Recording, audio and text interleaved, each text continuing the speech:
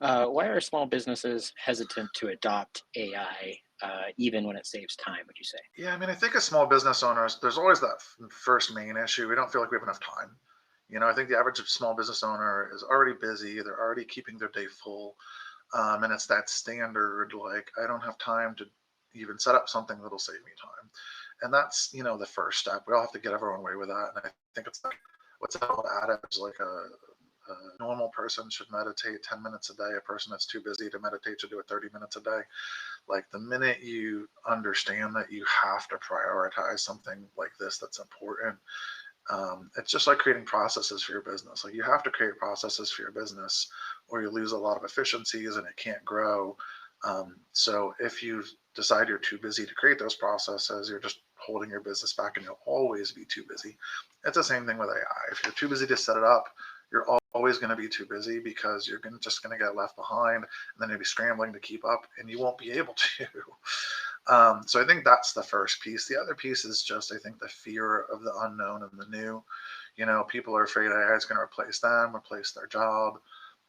You see these, layoffs that are supposedly happening because of AI.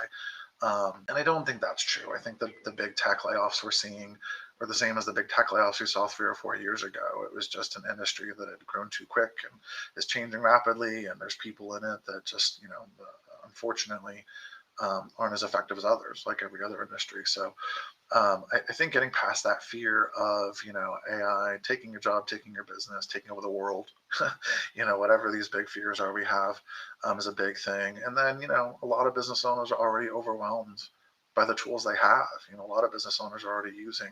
I think they say on average, like the average tech stack for business is like 30 pieces or something crazy like that. um, and they're already struggling with logins and keeping up with it all. So I think that's kind of the final piece, is believing they can even use another tool effectively or take the time to learn it.